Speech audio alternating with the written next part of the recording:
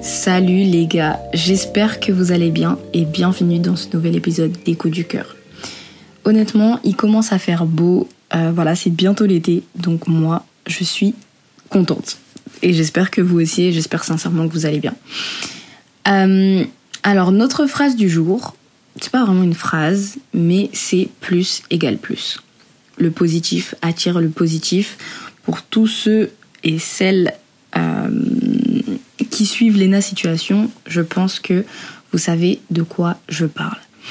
Donc aujourd'hui, vous allez voir, c'est un peu en rapport avec notre sujet, puisque aujourd'hui on va parler de la force de la parole.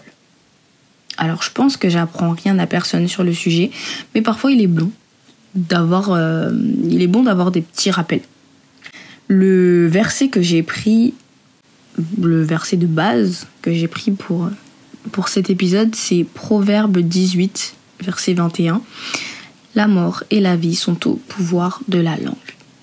Vous avez sûrement dû entendre un peu partout la loi de l'attraction. Donc je pense que c'est quelque chose qu'on entend assez fréquemment ces derniers temps. Et la loi de l'attraction, ça repose sur un principe qui est simple. Nos pensées et nos émotions attirent des expériences similaires dans notre vie. Autrement dit, ce sur quoi nous concentrons notre attention, ça a tendance à se manifester dans notre réalité. Alors, il y en a, j'ai fait un peu de recherche, il y en a qui disent que c'est apparu au 19e siècle, dans les écrits d'une certaine philosophe. Mais bon, honnêtement, la vérité, c'est que c'est un principe biblique qui a été revisité. Voilà. Parce que je pense que vous savez que tout a été créé par la parole. La Bible ajoute même que rien n'a été fait sans elle. Donc, on retourne dans Jean 1, notre fameux chapitre utilisé dans le premier épisode, où on nous dit que la parole était la vie et la vie était la lumière des hommes. Donc, on apprend ici que la parole, c'est la vie. Ça veut dire que tout ce que tu vas dire avec ta bouche, tu produis de la vie. Comme quand Dieu a dit que la lumière soit et la lumière fut. Parce qu'il y a une puissance dans la parole, parce que la parole est créatrice. Donc la parole va permettre de bénir ou de maudire quelqu'un, mais au-delà de ça, la parole elle va permettre de te bénir ou de te maudire toi-même. Et c'est à ce moment-là, en fait, que tu dois faire absolument attention à ce que tu déclares. Sur ta propre vie, mais aussi chez les autres. Donc faites vraiment attention à ne pas déclarer de mauvaises choses, même pour rigoler. Parce que je sais que dans notre génération, on est beaucoup à rigoler. Ah, t'es bête, mais toi, t'es trop un handicapé. Non. Évitez, franchement, évitez de dire ce genre de choses parce que la parole est créatrice, en fait. Et comme votre parole est puissante, ça peut créer de mauvaises choses dans la vie des autres, mais dans la vôtre aussi. Donc, au contraire, utilisez la puissance de votre parole pour encourager les autres, pour fortifier les autres, pour édifier les autres. C'est super important. Il faut savoir que moi, j'ai toujours eu beaucoup de mal avec les confessions. En fait, je sais pas. Pour moi, il y avait un ridicule dans le fait d'être seule et parler à voix haute et dire quelque chose que tu n'es pas. Donc, j'avais beaucoup de mal. Et en fait, quand je suis arrivée dans mon église actuelle, dans mon église locale, il faisait que ça, en fait. Et en fait, ce qui est drôle, c'est que pendant notre culte de prière, donc on a un culte de prière, et on répétait « Ah, je suis fort, j'ai la victoire, etc. » Et bon, il est vrai qu'au fur et à mesure, j'ai commencé à y prendre goût parce que, en fait, ça te redonne de l'espoir. Et au début, je voyais pas forcément les fruits de mon travail, parce qu'en fait, toute seule, j'annulais mes paroles derrière, mais ça te donne de l'espoir sur certaines choses. Donc, en fait, ce que je faisais, c'est que le vendredi soir, je criais « Fatigue part !» avec une ferveur, t'as jamais vu ça. Et le samedi matin, quand j'allais au travail, on me demandait « Ouais, Stécie, ça va et tout ?» Je répondais « Ouais, je suis fatiguée. » Non, en fait. Tu peux pas demander à la fatigue de partir un soir et l'inviter le lendemain matin. Et ensuite, te demander pourquoi, qu'est-ce qui va pas, pourquoi je suis fatiguée. C'est logique. Parce qu'en fait, tu annules tes propres paroles. Tu sors quelqu'un de ta chambre et puis tu rouvres la porte et tu le ramènes. Enfin, non. C'est pas comme ça. Donc, pendant longtemps et honnêtement, encore un peu aujourd'hui, les confessions, c'est super dur pour moi.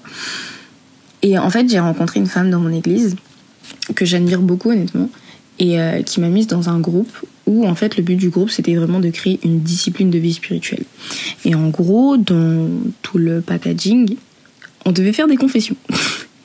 Franchement, au début, c'était pitoyable. C'était dur. Et c'était vraiment pas évident. Et honnêtement, j'ai même arrêté de le faire. Parce qu'en fait, j'avais l'impression que ça fonctionnait pour toutes les autres personnes dans le groupe. Et moi, ça fonctionnait pas. Et un jour, comme ça, je sais pas, j'ai eu un réma.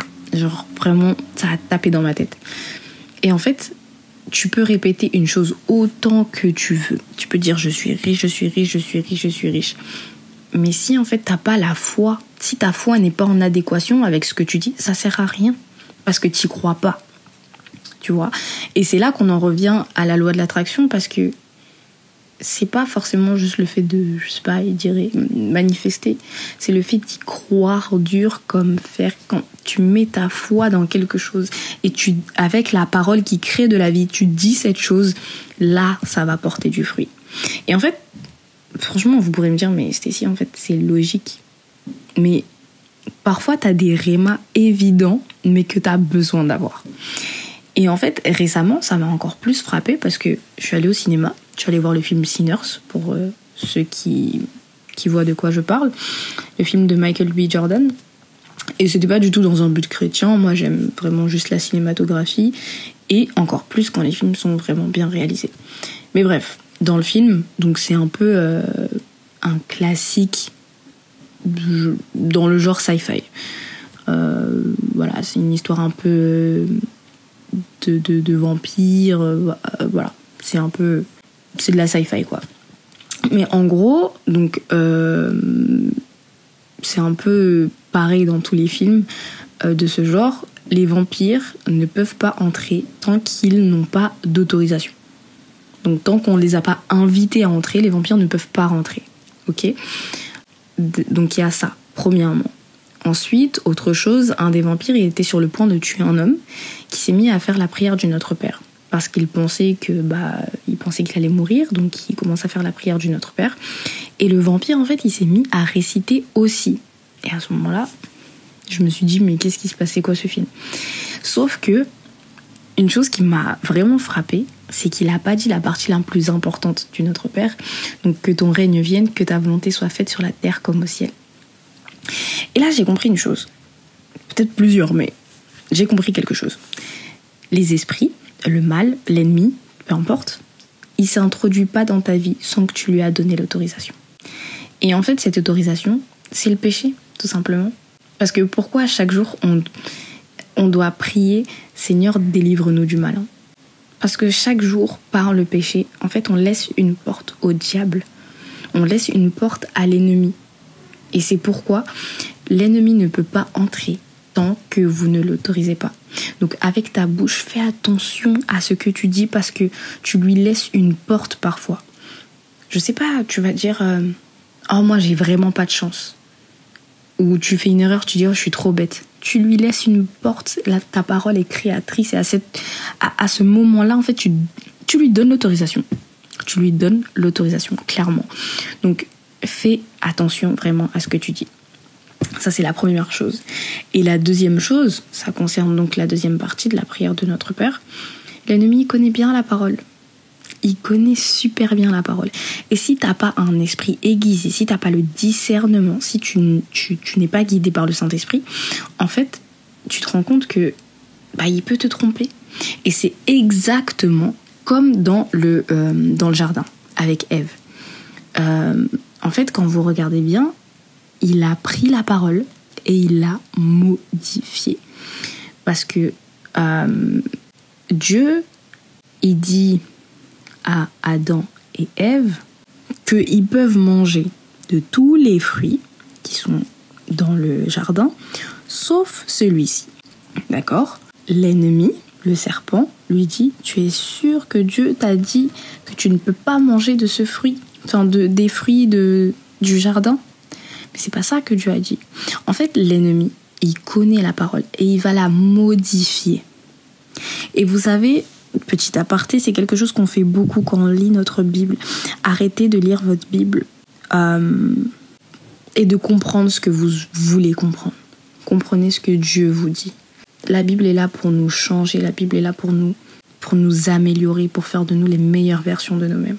Mais si tu la lis de manière à ce que tu ne comprends que ce que tu veux, tu n'avanceras jamais, tu ne changeras jamais. Et Dieu dit même que l'insensé, c'est celui qui refuse la correction. Donc il faut vraiment accepter cette correction. Mais bref, c'était une aparté. Mais l'ennemi il connaît la parole. Il connaît la parole et il va jouer sur des mots, sur des petites choses. Et c'est comme ça qu'il va t'attirer, c'est comme ça qu'il va faire en sorte que tu ouvres une porte, que tu dis des choses, que tu déclares des choses avec ta bouche et que tu laisses en fait cette porte ouverte pour l'ennemi, finalement. Donc, tout ça pour vous dire que nos paroles associées avec notre foi, c'est ça qui va faire qu'on va pouvoir contrer l'ennemi. Parce que quand tu connais la parole, quand l'ennemi va te dire « Stécie, tu es malade », et que tu crois dur comme fer, que la Bible est la vérité, qu'elle est la parole de vie, et que tu commences à prendre ce qu'il y a dans cette parole qui est vivante, et tu le déclares avec ta bouche, dans ta parole qui a de la vie, et que tu vas dire « Par les meurtrissures de Jésus, je suis guéri. Crois-moi que tes confessions vont fonctionner. » Et amusez-vous. Je ne sais pas si c'est le terme, mais déclarez. C'est super important. Et je vous le dis parce que je fais vraiment l'effort. Honnêtement, je fais vraiment l'effort de le faire. Parce que ça fonctionne, en fait. Ça fonctionne vraiment. Vraiment, donc, en fait, on peut être béni et on peut bénir les autres juste avec des bonnes paroles. Juste avec des bonnes paroles. Et pour vous dire, au moment où j'ai écrit cet épisode, j'ai réécrit toutes mes confessions. Et je les ai mises par thème, par domaine de ma vie. Et honnêtement, je vous encourage à le faire, franchement, à faire des confessions tous les matins. Parce que c'est vraiment formateur. Moi, le matin, je me lève et je le dis. Et quand je vois que j'y crois, mais pas trop, je répète la phrase jusqu'à ce que j'y croie moi-même. Je mets de la foi dans ce que je dis. Donc, je vous encourage vraiment à faire ça. Et je pense aussi juste que le fait de déclarer la parole de Dieu, qui est vivante déjà, va avoir des répercussions dingues dans le spirituel. Et ensuite, sachez que la foi sans les œuvres est morte. Alors, faut déclarer avec foi la parole de Dieu. Et voilà, vraiment mettez de la foi dans ce que vous dites. Et ensuite, agissez comme si c'était déjà à vous. Petite anecdote, j'ai passé mon permis il y a 4 jours quand je suis en train d'enregistrer ça. Et je l'ai eu, gloire à Dieu. Et il faut savoir que je n'étais pas du tout en confiance. Je suis quelqu'un qui stresse assez facilement. J'étais pas du tout en confiance. Et mais je disais à tout le monde, je parlais à tout le monde comme si je l'avais en fait. Et je disais ouais, de toute façon, bientôt j'ai le permis, donc je ferai ci, ça, je ferai ci, ça. Et je parlais comme si je l'avais. Et avant chacune de mes heures de conduite, je disais, Seigneur, j'ai le permis, je vais là-bas et je vais conduire comme si j'avais le permis. Et gloire à Dieu parce que j'ai eu mon permis du premier coup. Mais pour vous dire que c'est super formateur. Et ce qui a fait que ça fonctionnait pas peut-être forcément au début, c'est que j'y croyais pas. Je croyais pas à ce que je disais, donc voilà. Essayez vraiment de faire des confessions, vous les écrivez, vous les faites par thème, je sais pas, domaine financier de ma vie, domaine spirituel, domaine familial, domaine de l'école, du travail, peu importe votre domaine émotionnel. Moi j'en ai fait un pour toutes mes émotions, pour je sais pas, si vous avez un objectif, j'en avais fait juste par rapport au permis, j'en avais fait par rapport, je sais pas, voilà, à plein de choses comme ça, à plein de situations. Donc je vous encourage vraiment à faire ça. Et pour finir, j'aimerais vraiment qu'on déclare quelque chose ensemble, finalement. On va finir sur ça, je pense. Alors, on va répéter ensemble. Je suis un enfant de Dieu. Je puis tout par celui qui me fortifie. Je suis forte. J'ai autorité sur l'ennemi. Mon esprit est bien disposé. Et l'Éternel me fait reposer sur de verts pâturages. Ma journée, ma semaine mon mois et mon année tout entière est bénie. Alléluia. Parce que c'est l'Éternel des armées qui contrôle ma vie. Amen. Amen. Amen. Je sais que pour certains, c'est dur parfois on commence une année et ça se passe pas comme on l'attendait.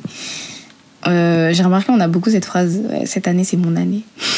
Combien de fois j'ai dit ça sans y croire. Mais cette année, j'ai vraiment déclaré que 2025, ça allait être une année où j'allais grandir, ça allait être une année d'abondance, ça allait être une année, voilà.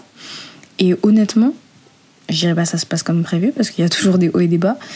Mais honnêtement, j'y crois. Je crois en cette parole et j'agis selon cette parole que je me suis dite cette année. Donc voilà, je vous encourage vraiment à faire ça. Et sur ce, on arrive à la fin de notre épisode. J'espère que ça vous a plu et surtout que ça vous a édifié. Sachez que vous êtes des personnes fortes, que vous êtes des personnes merveilleuses. Quand vous voyez vraiment que vous retombez dans vos mauvaises paroles, n'hésitez pas à réécouter cet épisode. Je pense que je le ferai aussi, moi-même. Je pense que ça peut vraiment m'aider, sachant que j'ai beaucoup de mal avec les confessions. Donc voilà, n'hésitez pas à liker, laisser 5 étoiles si le podcast il vous plaît. N'hésitez pas à vous abonner aussi. Et on se dit à bientôt sur Écho du Cœur. Salut!